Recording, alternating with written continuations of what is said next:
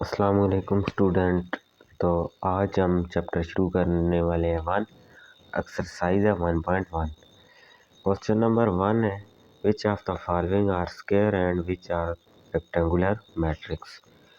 कि ये जो नीचे जो 4 5 6 पार्ट लिखे हुए हैं, इनमें से कौन सा स्क्वायर मैट्रिक है और कौन सा रेक्टेंगुलर मैट्रिक्स है, ये मैं आपको बताता हूँ।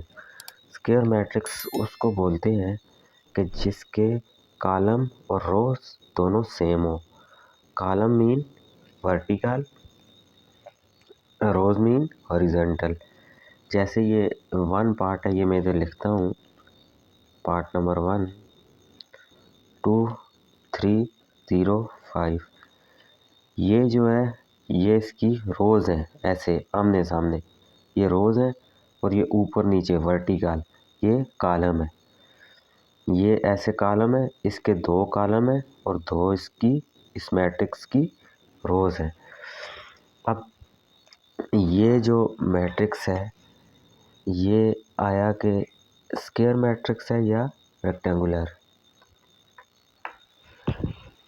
जिस मैट्रिक्स के भी रोज और कॉलम सेम हो, इसकी 2 रोज है और 2 कॉलम है, ये मैट्रिक्स क्या है? Square matrix.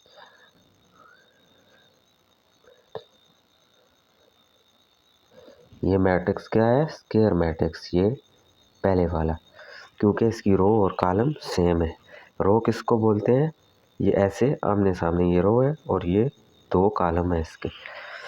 अब ये क्वेश्चन नंबर 2 है, इसका मैं आपको इधर ही बता देता हूँ।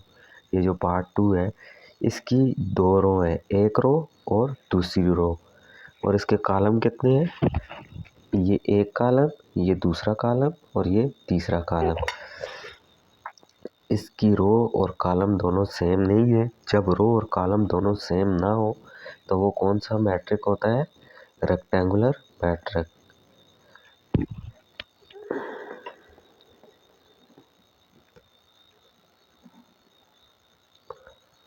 ये क्या है? Rectangular matrix. इसकी रोज और कॉलम सेम नहीं है, क्योंकि इसके 3 कॉलम है और 2 रोज है।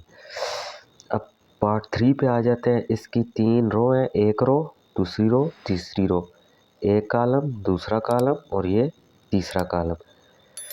तो इसकी 3 रो और 3 कॉलम है, रो और कॉलम सेम है, तो लिहाजा ये कौन सा मैट्रिक हुआ? Square matrix.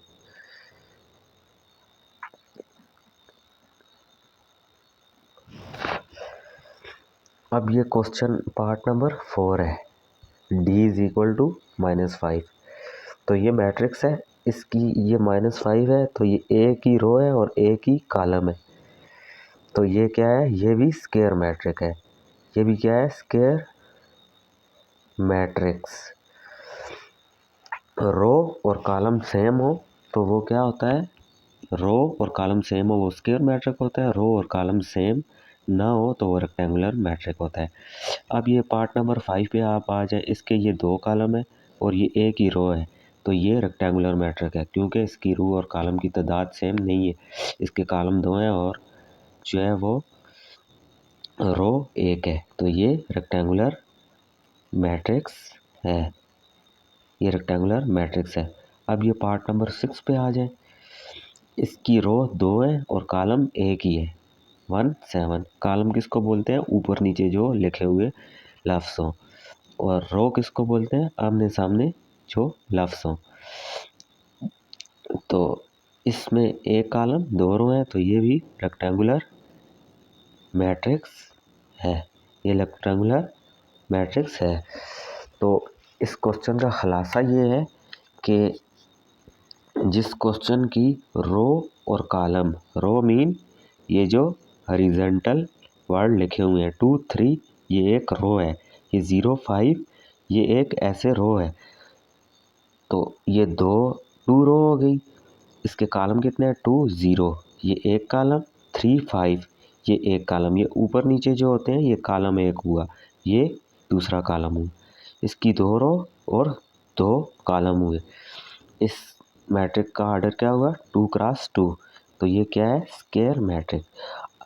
तो यहाँ पे क्या है, इसका आर्डर सेम नहीं है। यहाँ पे 2 रो और 3 मैट्रिक्स है, तो इसका आर्डर सेम नहीं है, लिहाजा ये रेक्टेंगुलर मैट्रिक्स है। जब रो और कॉलम का जो आर्डर है वो सेम हो तो वो रेक्टेंगुलर मैट्रिक्स होती है। जब रो और कॉलम मैट्रिक्स के वो सेम ना हो, जब रो और मैट्रिक्स दोनों सेम हो तो वो स्क्वायर मैट्रिक्स होता है। जब रो और कॉलम दोनों सेम ना हो तो वो रेक्टेंगुलर मैट्रिक्स होता है। उम्मीद करता हूँ आपको स्क्वायर मैट्रिक्स और रेक्टेंगुलर मैट्रिक्स की अच्छी तरह समझ आई होगी। तो वीडियो को लाइक, चैनल को सब्सक्राइब लाजमी करें और दोस्तों के साथ वीडियो को शेयर करें। Thank you so much.